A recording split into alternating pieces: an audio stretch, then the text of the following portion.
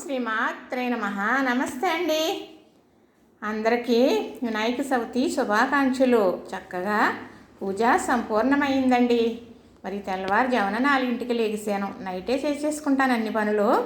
చక్కగా లెగిసిన తర్వాత మరి మనకి చేసుకోవలసిన పనులు చేసుకుని చక్కగా నిత్య పూజ అనేది చేసేసుకుంటాను. ఫస్ట్ నిత్య పూజ అయిపోయిన తర్వాత మనం ఏ పూజ అయితే ఆ పూజకి రెడీ చేసుకోవడం, ఇలా పూజ చేసుకోవడం. మరి చక్కగా పాలవెల్ని అలంకరించుకొని నిండుగా మరి అలాగే మరి వినాయకుడికి చక్కగా కుడుములు ఇష్టం కాబట్టి, మోదకాలు ఇష్టం కాబట్టి మరి ఏమి జిల్లేడుకాయలు చేసేవాళ్ళం అండి. ఒక కాయ రూపంలో వస్తుంది, జిల్లేడుకాయలు అంటారు. అందులో బెల్లం కొబ్బరి కలిపిన నూజి పెట్టి జిల్లేడుకాయలు చేస్తాం. వరలక్ష్మి వ్రతానికి కానీ వినాయక చవితికి కానీ విఘ్నేశ్వరుడికి కూడా చాలా ఇష్టమట. అయితే మోదకాలు అని ఇప్పుడు చేస్తున్నాం కాబట్టి అదే ప్రాసెస్, కాకపోతే కొంచెం ఇది బొడుగులాగా పెడతాము, ఒక మూటలాగా అంతే. అయితే ఇప్పుడు అలా చేయడానికి పరికరాలు కూడా వచ్చేసినాయి, అలాగే చేసుకుంటున్నారు. కానీ నేను చేతితోటే చేసేస్తానండి. చక్కగా మోదకాలు కూడా చేశానా, మరి చక్కగా శనగపప్పు కొబ్బరి జీలకర్ర వేసిన నూకతో చేసిన కుడుములు కూడా చేశాను. అలాగే ముద్ద కుడుములు చేశాను. ముద్ద కుడుములు అంటే బెల్లం వేసి పిండి ఉక్కిస్తామన్నమాట. అయితే అది వేరేగా వీడియో తీసాను, పెడతాను చూడండి. చాలా ఈజీ. అలాంటి ప్రసాదాలు చేస్తారని పిల్లలకు కూడా తెలియాలి. ఇది విఘ్నేశ్వరుడికి ఇష్టం అంటే వాళ్ళ దృష్టిలో ఉంటుంది, మన తర్వాత వాళ్ళు చేసుకుంటారు. చక్కగా ముద్ద కుడుములు కూడా చేశాను కదా. పచ్చలిముడి, వడపప్పు, పానకం, అలాగే మరి బెల్లం ఉండ్రాళ్ళు, బెల్లం తాలికలు చేస్తాం కదా, అలాగే చిన్ని ఉండ్రాళ్ళలాగా చేసి అదే పిండి తాలికలు కాకుండా ఉండ్రాళ్ళు చేసి వండాను. అంతేగాని నేను ఏదో వెరైటీలు వండేయలేదు, ఇలాగే వండేయాలని చెప్పేయటం లేదు సుమండి.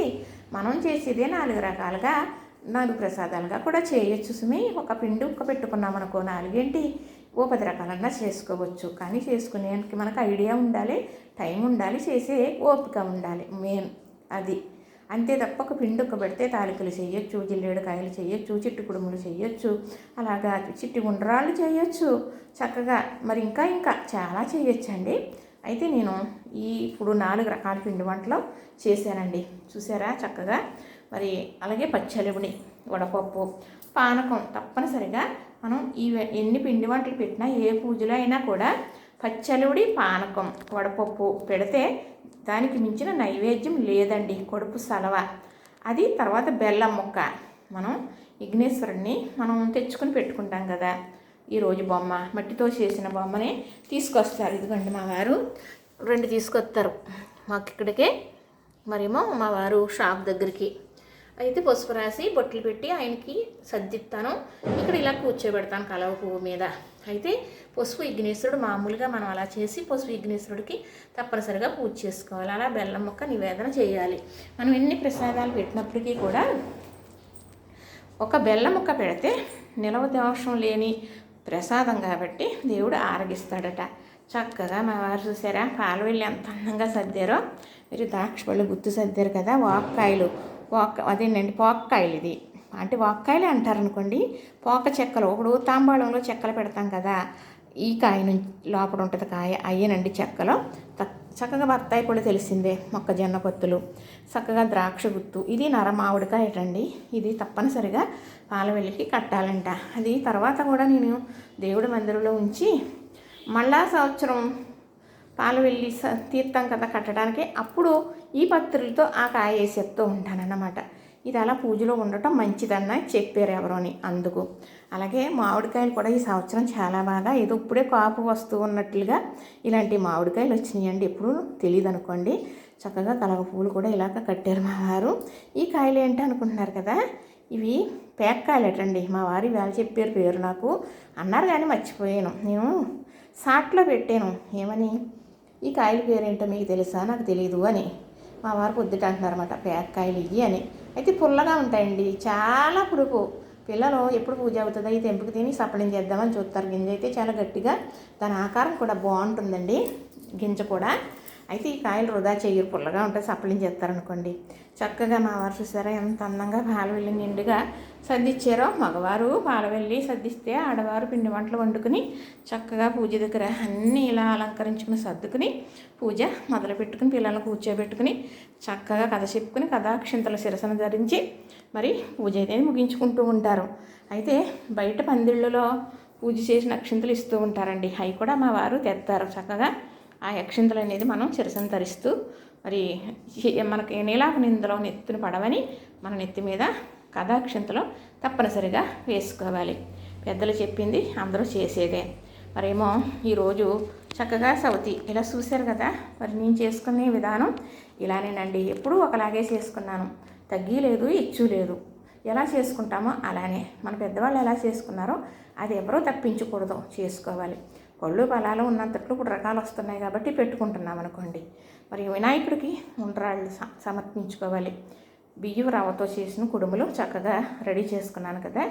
ఈరోజు ఇలా పూజ పూర్తయింది కదా. ఇప్పుడు చక్కగా నేను కూర్చుని పూజ అనేది చేసేసుకుని పూజ అంతా అయిపోయిన తర్వాత దీపారాధన ఇంకా కొండెక్కకుండా ఉన్నప్పుడు మీకు వీడియో తీసి పెడుతున్నాను. నేను పూజ చేస్తూ నేను తీసి పెట్టాలి అంటే పూజ మీద దిష్టి ఉండదు కాబట్టి పూజ అనేది మనస్ఫూర్తిగా చేయాలి, శ్రద్ధతో చేయాలి. శ్రద్ధ భక్తి ఉంటేనే దేవుడు అనుగ్రహం ఉంటుంది. కాబట్టి ఆ తర్వాత వీడియో తీసి పెడుతున్నాను. నేను ఇంతకుముందు నేను చేసిన వంటలు కానీ నేను అలంకరించే అలంకరణ కానీ ఇలా చేస్తున్నానని చెప్పడం తీయడం అన్నీ సెలలో ఉన్నాయే తప్ప మీకు ఇంకెవరికి విడుదల చేయలేదు. నాకు ఇప్పుడు పూజ అనేది ముగిసింది కదా. చక్కగా కాస్త ప్రసాదం నోట్లో వేసుకుని టీ తాగిన తర్వాత ఒక్కొక్కటి పెడుతూ ఉంటాను. నేను చేసుకునే విధానం మీకు నచ్చితే మీరు కమెంట్ పెట్టండి. ఇంకంతకన్నా ఏమీ లేదు. చక్కగా మీరు ఒక లైక్ చేయండి. మీరు చూశారు కదా.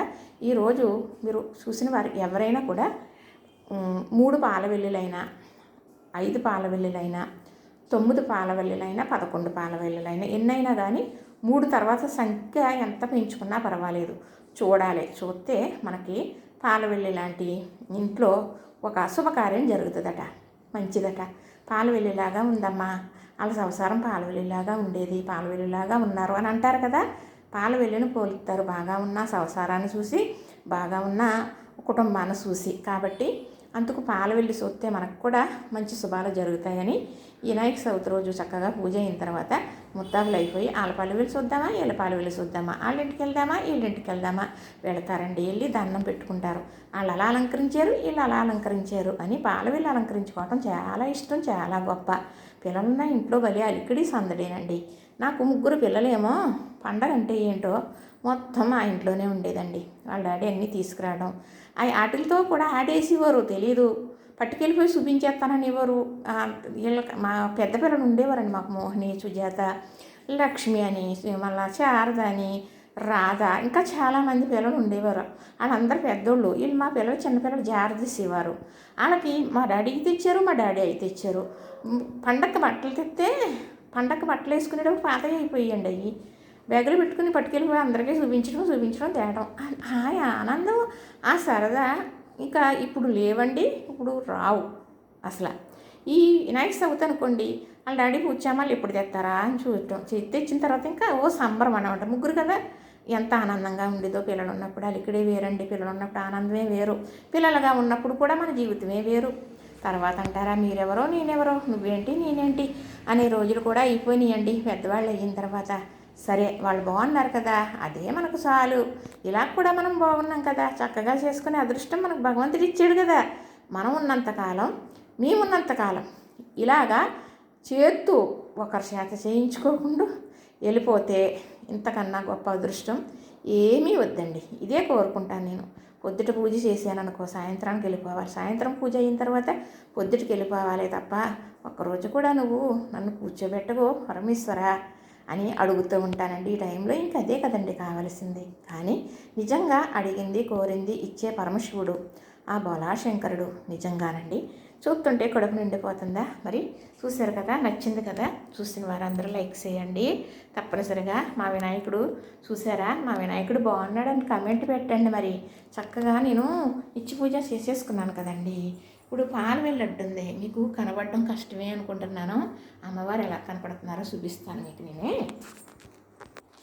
ఇంగోనండి చక్కగా ఇదిగో ఈ పక్క నుంచి కనపడుతున్నారు. పొద్దుట నిత్య పూజ అయింది కదా, ఆ దీపం చూసారా, ఇంకా అలా కొండెక్కలేదు. ఇంకా చక్కగా టైము 10 అయిపోతుందేమోలేండి. నేను 9:30 కల్లా మొదలు పెట్టుకున్నాను. అయిపోయిందండి, చక్కగా పూజ అయిపోయింది అనకూడదటండి. మర్చిపోయాను. ఈ పండగ పూజ అయితే పూర్తయింది అనుకోవాలట. అలాగ అయిపోయింది, పండగ వెళ్ళిపోయింది అన్నామే అనుకోండి, నేను ఎక్కడికి వెళ్తాను? మళ్ళా సంవత్సరం మళ్ళా వస్తాను, మీరే పోతే రారు అంటదట. కోపం వస్తుందంట. అందుకు పండగ అయిపోయింది, పండగ వెళ్ళిపోయింది, పూజ అయిపోయింది అనకూడదట. అలాగ అనొద్దు. పూజ గొట్టెక్కింది, పండగ ముగిసింది అని అనుకోవాలంట. పెద్దవాళ్ళు చెప్పేవారండి. అదే మీకు నేను చెప్తున్నాను. ప్రాణం దడదడలాడుతుంది. చక్కగా చూశారు కదా. మరి దోసపండు పెట్టానండి తప్పనిసరిగాను. ఆ దోసపండుకి ముచ్చుకుంది, ఇదిగో చూసారా. అలాగే పంపర పనాసకాయకి కూడా ముచ్చుకుంది. కట్టేమనుకోండి దెబ్బమని పడిందంటే అన్నీ చెల్లాచెదరైపోతాయి కదా. వద్దనేసి ఎప్పుడూ కూడా పంపర పనాసపండు అలా పెడతామండి మేము. అలా దేవుడి దగ్గర పెడతాను తప్ప నేను కట్టనివ్వనండి, బరువు కదా పడిపోతుందని. చక్కగా చూసారా కలుసుకుని పెట్టుకున్నాను. కలుసుకుని మరి వినాయకుడు ఎదురున్నాములా చూసారా, చక్కగా కలుసుకొని పెట్టుకున్నాను. ఇప్పుడు వినాయకుడికి జాకెట్ ముక్క పెట్టనవసరం లేదులేండి. అమ్మవారు లక్ష్మీదేవి కాబట్టి జాకెట్ ముక్క పెడతామన్నమాట. ఇప్పుడు జాకెట్ ముక్క పెట్టకుండా చేసేసుకోవచ్చు. చక్కగా ఉంటే పెట్టుకోవచ్చు, పెట్టుకోకూడదని ఏం కాదు. ఇలాగన్నా చేసుకోవచ్చు. చూసారా, నచ్చిందా? లైక్ చేయండి, షేర్ చేయండి, సబ్స్క్రైబ్ చేయండి.